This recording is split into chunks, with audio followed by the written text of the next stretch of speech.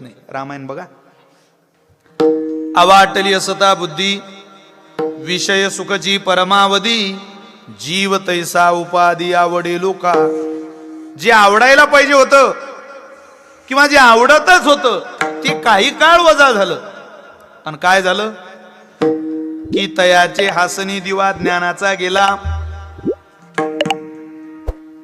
आणि फळाची हवा हृदयी कामा केला रिघावा. की तयाची हासनी दिवा ज्ञानाचा गेला. संपलं ते, विसाव्यापर्यंत गेलं नाही. हे उदाहरण आहे सीतामाईचं.